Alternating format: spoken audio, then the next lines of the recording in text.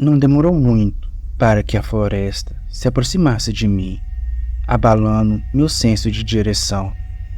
Tentei o meu melhor para seguir em frente, mas à medida que saltava sobre raízes grossas e corria em torno de arbustos, a tarefa tornou-se cada vez mais difícil. Tudo o que eu podia fazer era continuar andando e rezar para me afastar ainda mais do complexo. Eu havia superestimado quanto tempo conseguiria correr em terreno tão irregular, e logo estava exausto demais para manter o ritmo de corrida. O sangue correu como corredeiras em volta do meu ouvido, e tive que respirar irregularmente antes de conseguir estabilizar a respiração. Embora não conseguisse ouvir ninguém me perseguindo, eu sabia que parar agora iria significar morte certa. Eles sempre encontravam fugitivos, sempre os traziam de volta, e se eu quisesse sobreviver a isso, teria que continuar indo mais longe e mais rápido que qualquer outra pessoa antes de mim. No escuro, era impossível discernir se eu estava andando em círculo ou não, mas prometi a mim mesmo que iria continuar, não importa o quão devagar fosse. Nenhum esforço foi em vão. Se eu tivesse a menor chance de me afastar ainda mais daquele lugar podre, eu iria tentar. Assim que minha respiração voltou ao ritmo normal, comecei a ouvir a floresta. Enquanto caminhava, os sons dos pássaros e pequenos animais eram familiares, e, através de seus gritos e movimentos, pude discernir uma quantidade impressionante de informação sobre o que acontecia nas proximidades, e, por isso, meu coração afundou quando ouvi pássaros começarem a fugir ao longe, assustado com algo próximo, enquanto voavam acima das copas das árvores em direção a locais mais seguros. Semicerrei os olhos e comecei a procurar abrigo, embora eu ainda não pudesse ouvir. Algo estava por vir e eu precisava me esconder. Debaixo de uma grande árvore, pude ver uma pequena fenda entre suas raízes volumosas, a terra erudita entre elas. Fui até lá, me apertando com cuidado, me encaixei confortavelmente. Embaixo, não foi perfeito. Se alguém olhasse diretamente para mim, poderia facilmente me localizar entre as raízes. Mas qualquer tempo gasto procurando era mais tempo para alguém me encontrar. Então eu deitei encolhendo o mais pequeno que pude na terra fria e torci para que a escuridão me abrigasse. Por um tempo tudo ficou quieto. Um besouro passou correndo por meu braço, mas não ousei afastá-lo, caso estivesse alertando alguém sobre minha presença. Minha orelha direita estava pressionada contra o chão e lentamente comecei a ouvir batidas abaixo, vindo do chão. Uma vibração, na verdade. E estava ficando mais alto. Levantei minha cabeça e mudei minha atenção para o que estava ao meu redor. Não foram passos que eu ouvi. Aquela coisa estava vindo em minha direção e eu precisava estar pronto. O chão começou a tremer, levemente conforme ele se aproximava, e logo pude ouvi-lo pisando no chão, graveto e folhas sucumbindo sob a pressão de seu corpo gigantesco.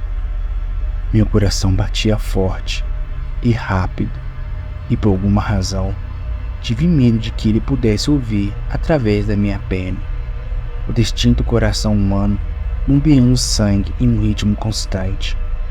Estava perto agora, movendo-se em algum lugar atrás de mim, parando de vez em quando para variar ao redor.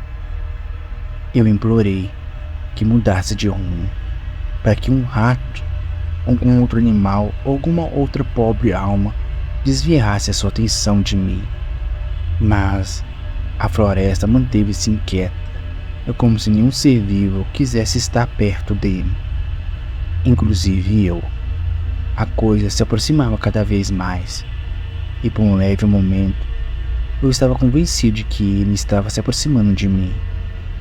E num piscar de olhos, eu me encontraria em volta de suas mãos carnudas, olhando dentro de seus olhos vermelhos, enquanto aquilo me segurava no meio, arrancando os membros do meu corpo, deixando nada além de um torso, dolorido e desafiador. O medo tomou conta de mim, mas tive que fazer um melhor para controlá-lo. O medo inibia a sobrevivência, e a sobrevivência era a prioridade número 1 naquele momento. Seus cascos rasparam as pedras, quebraram a raiz em duas, enquanto ele se aproximava, até que pude sentir seu hálito quente, pesado e tóxico, não muito longe de mim. Seus movimentos eram rápidos e cuidadosos para um ser de seu tamanho. Eu podia ouvi-lo respirar, seu corpo flexionando enquanto me procurava, usando todos os seus sentidos. Prendi a respiração ao máximo que pude e mantive a respiração breve. A falta de oxigênio começou a desviar o meu sentido. O mundo ficou embaçado e meus braços e pernas começaram a formigar. Mas eu estava com muito medo de respirar. Mais alto ou mais rápido. Só mais um pouco, quase lá. Seu corpo raspou a árvore acima de mim. Fechei os olhos e decidi que aconteça o que acontecer, eu não gostaria de ver. E foi isso, a última chamada, o empurrão final. A árvore falhou novamente quando começou a se mover, mas agora seus passos ficaram mais distantes. Estava indo embora. Eu não tinha sido encontrado, uma vez que estava longe o suficiente para que eu não conseguisse mais distinguir seus passos. Soltei um suspiro que quase me nocauteou, estrelas cadentes refletindo em minha visão. Fiquei ali deitado por alguns minutos, concentrando-me na respiração, me recuperando. Depois que minha visão clareou e o mundo parou de girar, continuei ouvindo os sons da floresta. Estava completamente quieto e confirmei que aquela coisa não estava mais por perto. Levei mais alguns minutos para reunir coragem. Ficar escondido era menos assustador, mas eu sabia que não poderia ficar ali para sempre. Eu estava quase pronto para continuar, quando um som fraco começou a crescer na floresta. Sua familiaridade rapidamente apontou para os passos de uma pessoa. Mas quem? Imediatamente eu pensei em meu pai. E o problema era que eu não conseguiria fugir dele. Ele iria me estripar se me encontrasse. À distância, uma voz chamou. Alisson, está aqui. Deixe-me ajudá-lo. Era a voz de minha mãe, sem dúvida, mas diferente. Ficou estagnado em algumas sílabas, como se ela estivesse tendo dificuldade em lembrar como terminavam algumas palavras, alongando a sílaba anterior até encontrar a peça final. Fiquei escondido, esperei para ver para onde ela estava indo e tentei raciocinar como ela ainda poderia estar viva e aonde estava o papai. E por que ela estava sozinha? E isso era uma armadilha? Alisson, mamãe está aqui para ajudar você. Ela gritou, dando cerca de 50 metros de mim agora, indo mais fundo na floresta. Ela ficou em silêncio novamente, e tive que aguçar os ouvidos para captar seus passos. Se ela estivesse aqui, os outros não poderiam estar longe. E ela estava indo exatamente para onde eu precisava ir. Tentei montar um plano, mas ele rapidamente se transformou em um jogo de escolhas erradas. através dos movimentos das coisas e da minha mãe. Recuperei algum senso de direção e fiquei um pouco confiante sobre a direção do complexo e a qualquer lugar, exceto para onde minha mãe estava indo. Poderia acabar me deixando cara a cara com aquela criatura. Eu poderia ficar aqui mais um pouco, mas se todo o grupo viesse me procurar, principalmente à luz do dia, eu seria encontrado em questão de horas, provavelmente ainda mais cedo. A única escolha certa era ir para onde a minha mãe estava. Eu poderia tentar falar com ela. Ela pode não querer nenhum mal para mim, foi o que eu pensei, pois ela não era meu pai. Estiquei as pernas por um momento e saí lentamente do meu esconderijo, esticando o pescoço para verificar se havia movimento em todas as direções.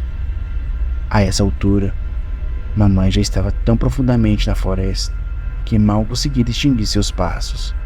Então comecei a correr lentamente em direção a ela, pronto para correr se necessário. E logo eu a vi por trás. Ela andava roboticamente, levantando os joelhos bem alto a cada passo, como se estivesse compensando cada movimento para não tropeçar no chão irregular. Ela não pareceu me notar, embora tivesse definitivamente alcance da voz.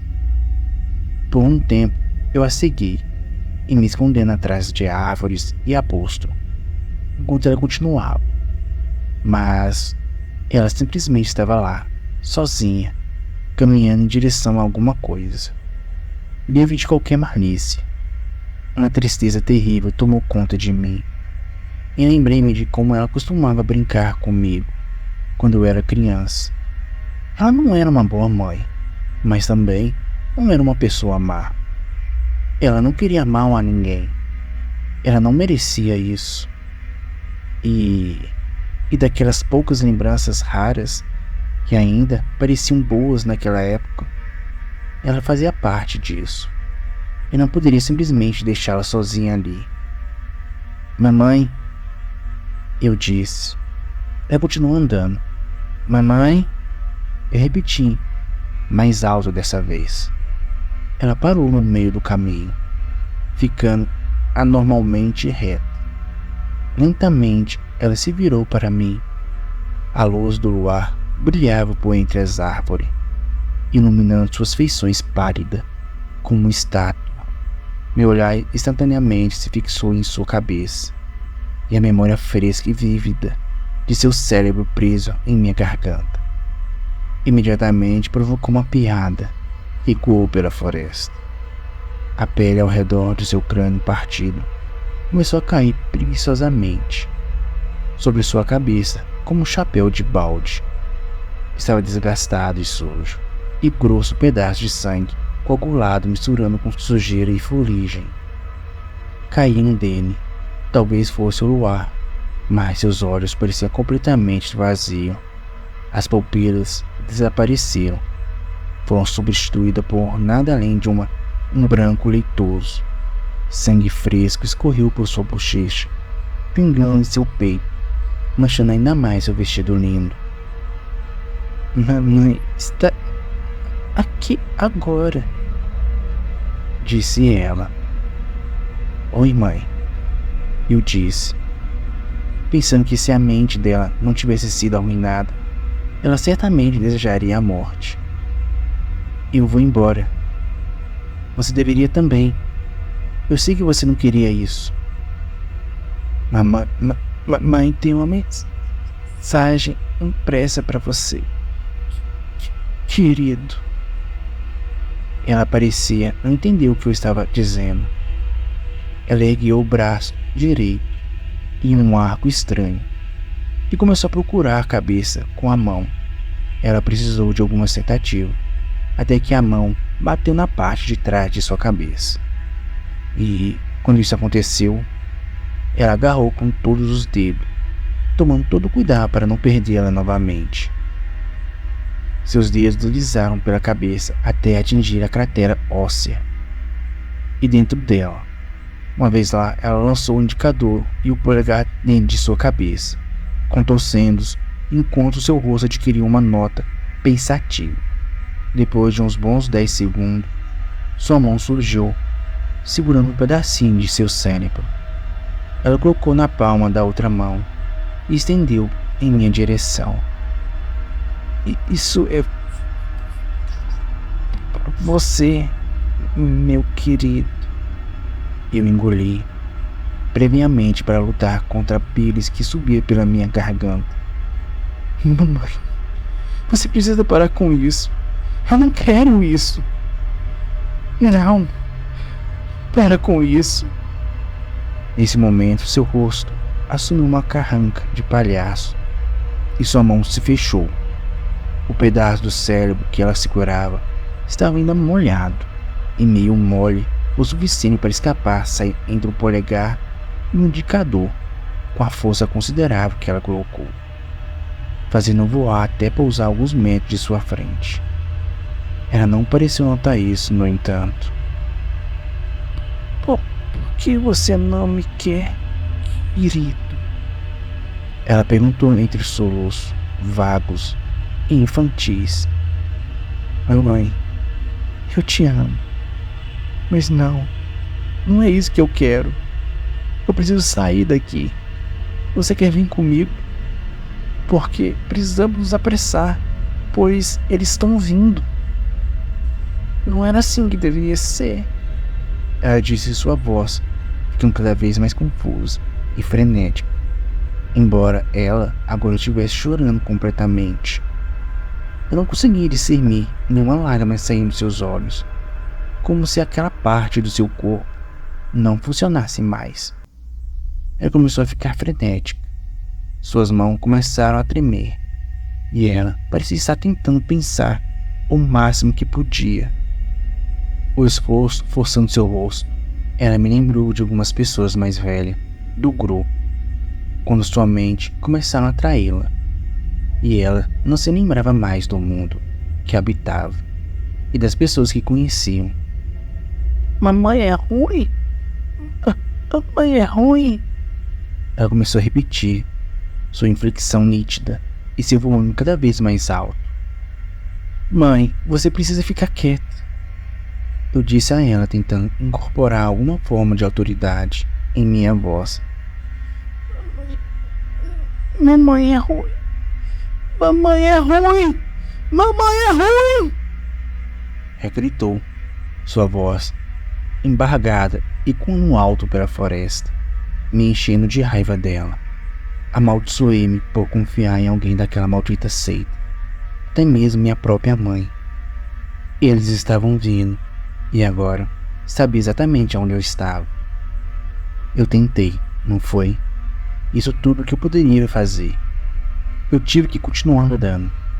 Tentei passar correndo por ela, mas de repente ela pulou em mim e agarrou meus braços, derrubando nós dois no chão.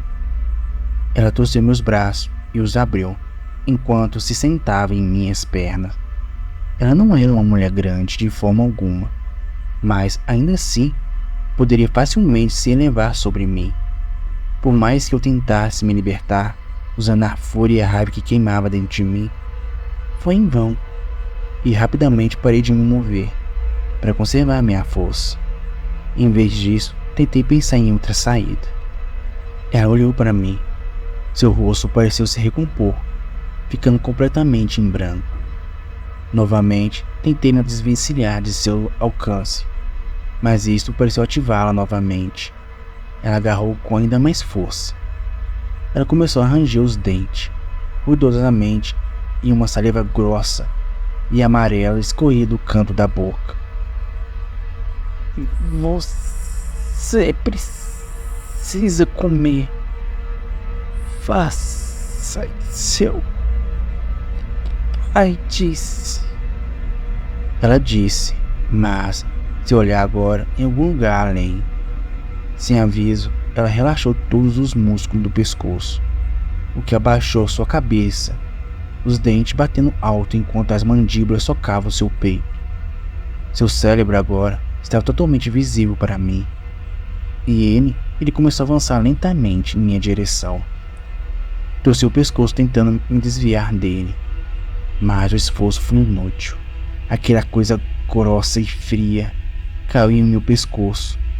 O sangue rosado e grosso de seu cérebro foram ficando cada vez mais próximo, até que de repente ela ficou mole. Seus braços e pernas cedendo em um instante. Meu rosto sofreu um impacto, pois minha boca e o nariz foram inseridos dentro do seu cérebro, que parecia uma tigela de macarrão grosso e fresco. Seu crânio serralhado abriu meu lábio como uma faca, e uma dor incandescente instantaneamente explodiu em volta da minha boca, irradiando para minha mandíbula. Assim que levantei sua cabeça da minha, finalmente eu pude respirar. Eu estava exausto, e era quase impossível empurrar seu corpo flácido para longe de mim. Mas, de alguma forma, consegui. Cuspi sangue e moco quando me levantei. Minhas entranhas pareciam lixo nuclear. Meus pulsos e pernas estavam arranhados e vermelhos. Era difícil me movimentar. Quando me levantei, olhei para minha mãe. Seu rosto estava enterrado na terra. Seu vestido estava ainda mais sujo. Lama e sangue eram uma só. Agora ela estava morta. E a culpa foi minha. Eu tinha certeza disso. Eu fiz isso acontecer. O quão horrível deve ter sido aqueles últimos momentos para ela, como seu único filho a odiava tanto. E ela estava confusa, frustrada, irritada e só querendo fazer o que lhe disseram para fazer. Mas minha tristeza foi interrompida por movimentos vindo das profundezas da floresta. Ficar aqui significaria a morte certa, o que não era uma opção desagradável naquele momento. Olhando para minha mãe, percebi que, se chegasse a esse ponto, seria nos meus próprios termos, e não iria morrer nas mãos daquela seita, ou daquele ser terrível que eles adoravam. Como ela, eu não permitiria. Eu seria o Deus da minha própria morte. Então, comecei a me mover. O processo foi lento e rapidamente ficou óbvio que eu não ia conseguir fugir deles. Eu precisava encontrar um esconderijo, algo seguro, o suficiente para que eles não pudessem me encontrar imediatamente. À minha frente estendia-se em uma floresta monótona, plana e com poucos esconderijos, mas o terreno descia à minha direita, aonde as sombras eram mais abundantes. Resolvi seguir a inclinação e logo me encontrei em uma ravina com paredes de pedra. Eles estavam logo atrás. Eu podia ouvi-los e lentamente o chão começou a tremer. E eu sabia que aquela coisa também não estava muito atrás. Eu marchei, indo o mais rápido que pude. Se esta noite significa morte, não será na mão deles. Logo percebi que a pedra à minha direita tinha um ponto mais escuro que o resto da parede, que era quase imperceptível por conta da luz da lua. Uma caverna. Quando me aproximei dele, de sua profundeza exalava um cheiro úmido e denso. Eu não conseguia ver até que profundidade ela ia, ou até que ponto poderia me esconder ali. Mas duvidava que conseguisse encontrar algo melhor. A abertura era pequena, o suficiente para que eu tivesse que me abaixar para entrar. Mas, uma vez lá dentro, tive espaço mais que o suficiente para ficar em pé. Eu esperava que ali não se tornasse meu túmulo. Desci mais, mantendo a mão na parede para me orientar. A caverna descia cerca de 10 metros ou até mais, até se abrir numa pequena clareira. Encontrei o canto mais escuro e sentei-me na rocha fria e dura. Dali, eu ainda conseguia ver a abertura da caverna, mas era improvável que alguém que olhasse de fora pudesse me ver ali dentro. Segurei os joelhos, estabilizei a respiração e comecei a esperar. Não demorou muito até que pudesse ouvir passos dispersos acima e ao meu redor. Eles estavam perto, bem perto. Eu estava com medo, claro, mas a exaustão começou a superar meu medo.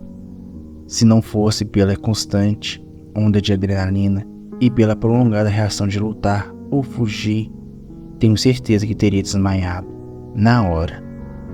Meu corpo implorou por liberação, mas eu tinha que estar acordado, mesmo que, se eles me encontrassem, não houvesse muito que eu pudesse fazer. Fiquei fascinado pela luz, olhando para ela em busca de movimento, até que de repente percebi que estava tremendo de frio. Eu me apertei com mais força ainda, tentando abafar todo e qualquer som que pudesse sair de mim. Tudo ecoava dentro daquela caverna, e isso significava que eu precisava ser extremamente cuidadoso.